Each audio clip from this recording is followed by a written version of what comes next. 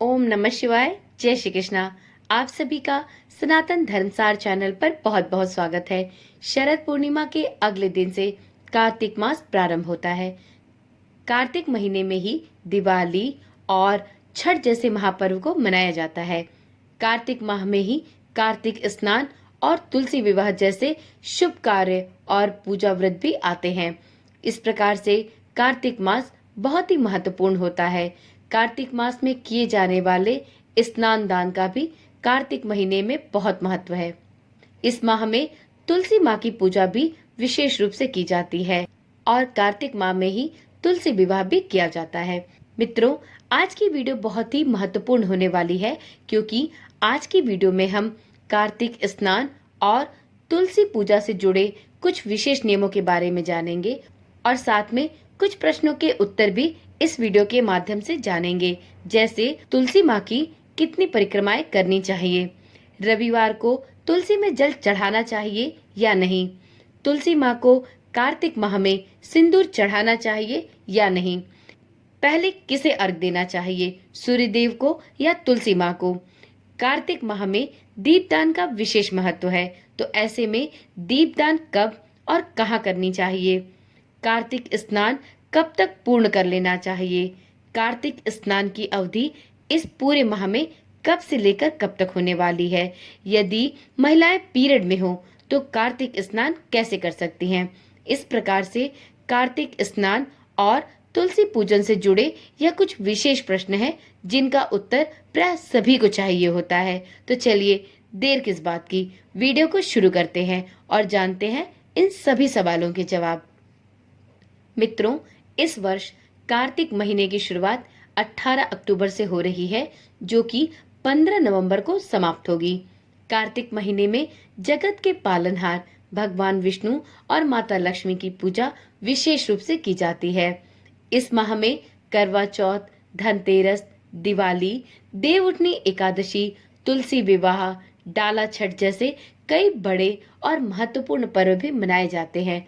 धार्मिक मान्यता के अनुसार कार्तिक मास में भगवान विष्णु और भगवान श्री कृष्ण की उपासना करने से व्यक्ति के सभी संकट दूर होते हैं। इसके अतिरिक्त मां लक्ष्मी की कृपा भी अपने भक्तों पर बनी रहती है।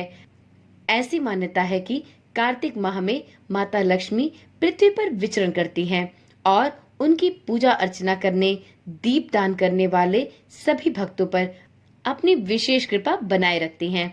कार्तिक मास में तुलसी पूजा का बहुत महत्व है। कार्तिक शुक्ल एकादशी अर्थात देवउठनी एकादशी के अगले दिन तुलसी शालिग्राम विवाह रचाया जाता है। तुलसी का पौधा माँ लक्ष्मी का ही रूप है। तो चलिए आज की वीडियो में जानते हैं कार्तिक मास और कार्तिक मास में किए जाने वाले स्नान दान और तुलसी पूजा से जुड़े कुछ विशेष नियमों के बारे में। तो वीडियो में सबसे पहले जानते हैं कार्तिक माह में किए जाने वाले कार्तिक स्नान से जुड़े कुछ विशेष नियमों के बारे में। मित्रों, कार्तिक माह में कार्तिक स्नान का बहुत महत्व है, तो जो भी कोई भक्त कार्तिक माह में कार्तिक स्नान करते हैं उन्हें इस समय में पूरे एक माह तक सूर्योदय से पहले कार्तिक स्नान के लिए किसी पवित्र सरोवर या नदी में स्नान के लिए जाना चाहिए। यदि आप गंगा नदी या किसी पवित्र सरोवर में स्नान करने में असमर्थ हैं तो आप घर पर ही अपने नहाने के पात्र में कुछ बूंदे गंगा जल की डालकर उसके बाद नहाने का जल उसमें मिला लें और इससे स्नान करें। आपको इस स्नान से भी गंगा जल के पवित्र जल के स्नान के बराबर का पुण्य प्राप्त होगा। कार्तिक माह में कार्तिक स्नान का बहुत महत्व है। कार्तिक माह में चलने वाला स्नान 1 महीने तक चलता है। इस वर्ष साल 2024 में कार्तिक स्नान 17 अक्टूबर से प्रारंभ होकर 15 नवंबर तक किए जाएंगे। इस प्रकार से कार्तिक स्नान की तिथि पूर्णिमा से लेकर पूर्णिमा तक होती है। तो यदि आप भी कार्तिक स्नान करना चाहते हैं या आप कार्तिक स्नान करते हैं तो आपको कार्तिक स्नान से जुड़े कुछ विशेष नियमों का पालन अवश्य करना चाहिए, जिससे आपको कार्तिक स्नान का संपूर्ण फल प्राप्त हो सके। मित्रों, जो भी कोई व्यक्ति या साधक कार्तिक स्नान करता है उसे ब्रह्म मुहूर्त में ही कार्तिक स्नान कर लेना चाहिए। कार्तिक स्नान को सुबह 4 से 5 बजे के बीच में कर लेना ही सर्वोत्तम माना गया है। तो इसलिए आप भी यदि कार्तिक स्नान करना चाहते हैं तो आप ब्रह्म मुहूर्त में 4 से 5 बजे के बीच में ही स्नान आदि कार्यों से निवृत्त हो जाएं। स्नान करने के बाद आपको सबसे पहले सूर्य देवता को अर्घ देना चाहिए। सूर्य देव को अर्घ देने के बाद ही माता तुलसी को जल अर्पित करना चाहिए। देखिए मित्रों, कुछ लोग ऐसा मानते हैं कि अंधेरे में सूर्य देव को जल कैसे अर्घ करें, क्योंकि सुबह के 4 से 5 बजे के बीच में अंधेरा होता है। लेकिन कार्तिक स्नान के तुरंत बाद आपको सूर्य को अर्घ अर्पित करना चाहिए। तो यदि अंधेरा भी है तो भी आप सूर्य देवता को अर्घ दे सकते हैं। कार्तिक स्नान और व्रत करने वाले साधकों को राई, खटाई और मादक वस्तुओं से दूरी बनाकर रखनी चाहिए। कार्तिक स्नान से जुड़ा एक प्रश्न ये है कि यदि पीरियड में हो तो कार्तिक स्नान कैसे करें। तो देखिए, यदि इस 1 महीने के दौरान पीरियड की समस्या आ जाए तो घबराने की कोई बात नहीं। आप मानसिक रूप से भी कार्तिक स्नान कर सकती हैं। आप इसमें गंगा नदी या किसी भी पवित्र सरोवर में स्नान करने के लिए ना जाएं और ना ही गंगा जल की बूंदों में अपने नहाने का पानी मिलाएं, बल्कि आप एक साधारण सा स्नान करके मानसिक रूप से कार्तिक स्नान के बारे में सोचकर और भगवान विष्णु से प्रार्थना करके अपने स्नान को कार्तिक स्नान के रूप में मान सकती हैं। परंतु भूले से भी पीरियड के दौरान किसी नदी, सरोवर या फिर अपने पानी में गंगा जल मिलाकर स्नान करने से बचना चाहिए। यह आपको दोष का भागी बना सकता है। तो इसलिए आप जितने दिन भी पीरियड में रहें उतने दिनों तक आप कार्तिक स्नान का मानसिक रूप से विचार करके घर पर ही शुद्ध जल से स्नान करें। और उसके बाद जब आप 7 दिनों के बाद स्वच्छ हो जाएं तो आप पुनः अपनी वही प्रक्रिया वापस से दोहरा सकती हैं। परंतु इस समय में ये सावधानियां जरूर बरतें। वीडियो में अब जानते हैं कार्तिक माह में तुलसी से जुड़े हुए नियमों के बारे में। कार्तिक मास में ब्रह्म मुहूर्त में कार्तिक स्नान करने का बहुत महत्व है और ठीक इसी प्रकार से भगवान विष्णु की पूजा करने और साथ में तुलसी माँ के पौधे की पूजा करने का भी बहुत महत्व है।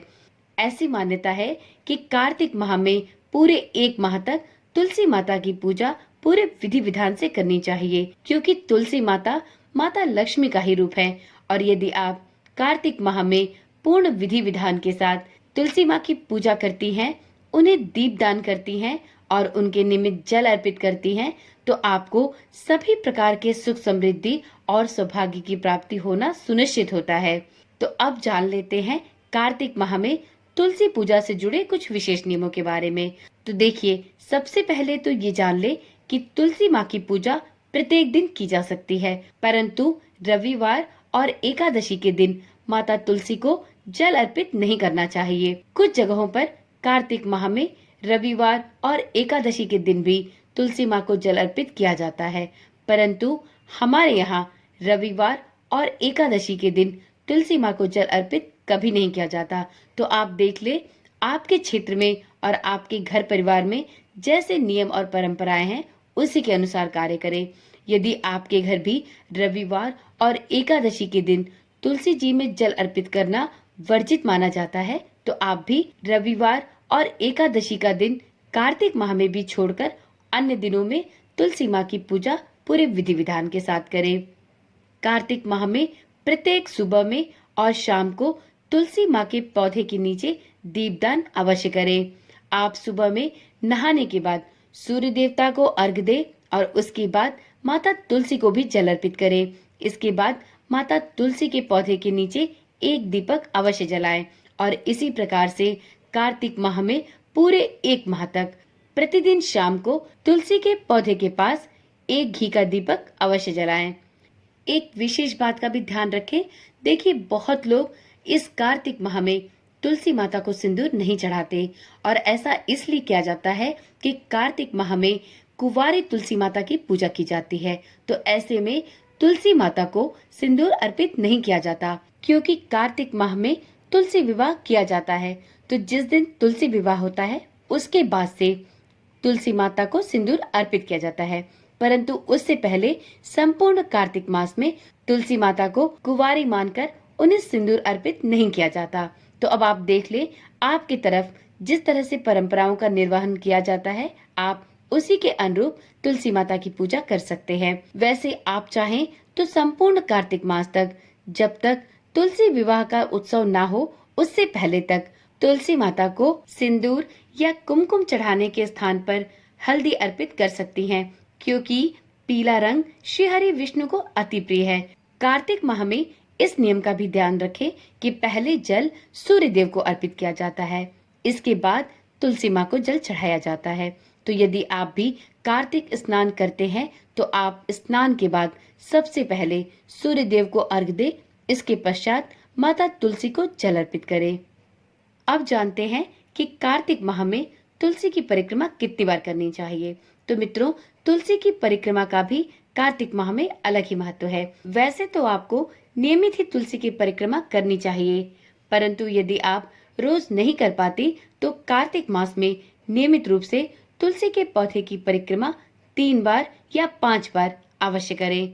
तुलसी को नियमित काले तिल डालकर जल अर्पित करें और सबसे पहले सूर्य देव को जल अर्पित करें और उसके बाद माता तुलसी को जल चढ़ाएं।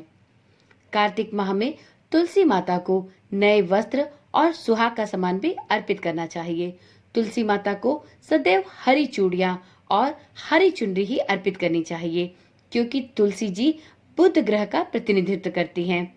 तो ये थे कार्तिक माह में तुलसी पूजा से जुड़े हुए कुछ विशेष नियमों की जानकारी। अब जानते हैं कार्तिक माह में किए जाने वाले दीपदान का क्या नियम है। तो मित्रों, कार्तिक माह में जिस प्रकार से कार्तिक स्नान और तुलसी पूजा का महत्व है, ठीक उसी प्रकार से कार्तिक माह में किए जाने वाले दीपदान का भी बहुत विशेष महत्व है। ऐसी मान्यता है कि यदि कार्तिक माह में पूरे 1 माह तक दीपदान किया जाए तो ऐसे में माता लक्ष्मी और भगवान विष्णु की कृपा भक्त को सदा सर्वदा के लिए प्राप्त होती है। तो यदि आप भी कार्तिक माह में व्रत रखते हैं, कार्तिक स्नान करते हैं और माता तुलसी की पूजा संपूर्ण विधि विधान से करते हैं, तो आपको कार्तिक माह में पूरे 1 माह तक दीपदान भी अवश्य करना चाहिए। सर्वप्रथम आप स्नान के बाद तुलसी माता के पौधे के पास दीपदान करें और ठीक इसी प्रकार से प्रत्येक संध्या को भी आप तुलसी माँ के पास एक दीपक अवश्य जलाएं। आप चाहें तो कार्तिक माह के अंतर्गत 1 माह तक 3 दीपदान कर सकती हैं।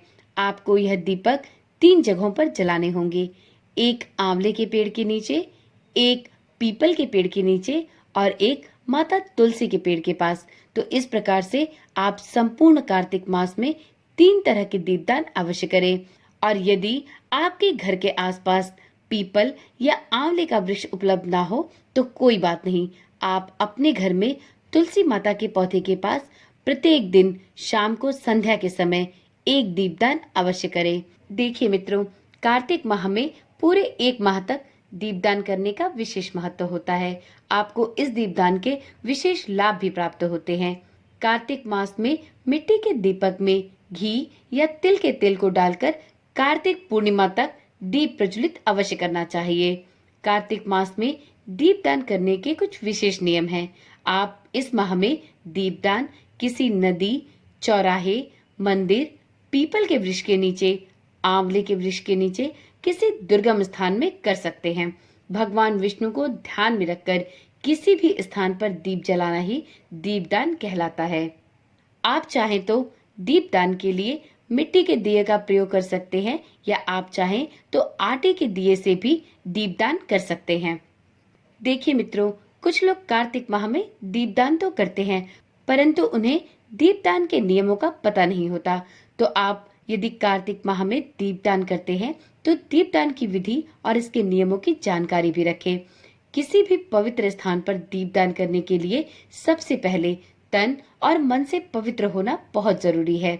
इसके बाद आप मिट्टी के या आटे के दिए में शुद्ध घी या तेल डालकर उस स्थान पर ले जाकर किसी पत्ते या आसन पर उस दिए को रखें और तब दीपक को प्रज्वलित करें।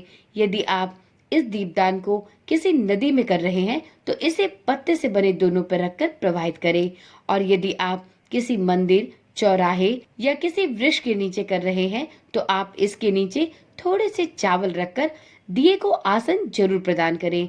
बिना आसन के किसी भी प्रकार का दीपदान देवता के द्वारा स्वीकार नहीं किया जाता, तो इसलिए जब भी आप दिए जलाएं, आप उसके नीचे थोड़ा अक्षत जरूर रखें। इस प्रकार से आप दियों को आसन देकर दीपदान का नियम कर सकते हैं। देखिए मित्रों, कुछ लोगों के साथ यह भी समस्या होती है कि वह कार्तिक स्नान के लिए कहीं बाहर नहीं जा पाते, तो ऐसे में वह घर में दीपदान कहाँ कर सकते हैं, जबकि उनके अगल बगल कोई भी पीपल या आंवले का पौधा ना हो और या फिर वह कहीं भी बाहर जाने में असमर्थ हो। तो मित्रों, संपूर्ण कार्तिक माह में यदि आप स्नान दान के लिए कहीं बाहर नहीं जा पा रहे, तो आप अपने घर में ही कुछ विशेष स्थानों पर दीप दान करके पुण्य की प्राप्ति कर सकते हैं। आप अपने घर में ही तुलसी के पौधे के पास, मुख्य द्वार के दोनों तरफ, ईशान कोण में और घर के पूजा स्थान में दीपदान कर सकते हैं। इसके अतिरिक्त घर के पास किसी मंदिर में जाकर भी आप दीपक जला सकते हैं। तो इस प्रकार से आप इन दीपदान के द्वारा भी कार्तिक माह में दीपदान के पुण्य को प्राप्त कर सकते हैं। कुछ लोगों को दिया जलाने का या दीपदान करने का सही समय नहीं पता होता, तो मित्रों, कार्तिक माह में यदि आप दीपदान करने के इच्छुक हैं तो दीपक सूर्यास्त से कुछ समय पहले ही जलाना चाहिए। यह समय दिन से रात में परिवर्तन का प्रतीक है और इसलिए इस समय दीपक जलाना अंधकार को दूर करने और नई रोशनी चमकाने का प्रतीक होता है। तो इसलिए आप जब भी दीपदान करें तो इस बात का भी ध्यान रखें कि सूर्यास्त से कुछ समय पहले ही दीपदान कर लें। तो ये रही कार्तिक मास में कार्तिक स्नान, दीपदान और तुलसी माता की पूजा के विशेष नियमों की जानकारी। यदि आप इन सभी नियमों को जानकर और पूरी निष्ठा और पवित्र मन से माता तुलसी और विष्णु भगवान की पूजा पूरे विधि विधान से करते हैं, तो इससे आपको निश्चित ही भगवान विष्णु के साथ साथ माता लक्ष्मी की कृपा भी प्राप्त होगी। तो चलिए मित्रों, आज की वीडियो में इतनी ही जानकारी। यदि आप चैनल पर पहली बार आए हैं तो इसी प्रकार की जानकारी वाली वीडियोस को देखने के लिए चैनल को अभी ही सब्सक्राइब कर लें, क्योंकि इस चैनल पर आपको इसी प्रकार की जानकारी वाली वीडियोस मिलती रहती है। यदि आपने चैनल को सब्सक्राइब किया है परंतु नोटिफिकेशन बेल को ऑन करना भूल गए हैं, तो अभी ही नोटिफिकेशन बेल को ऑन कर ले, जिससे इस चैनल पर डाली जाने वाली सभी वीडियोस की सूचना आपके पास सबसे पहले पहुंच सके। तो चलिए, आज की वीडियो यहीं पर समाप्त करते हैं। कल मिलते हैं एक नई वीडियो, एक नई जानकारी के साथ। तब तक के लिए ओम नमः शिवाय, जय श्री कृष्णा, राधे राधे।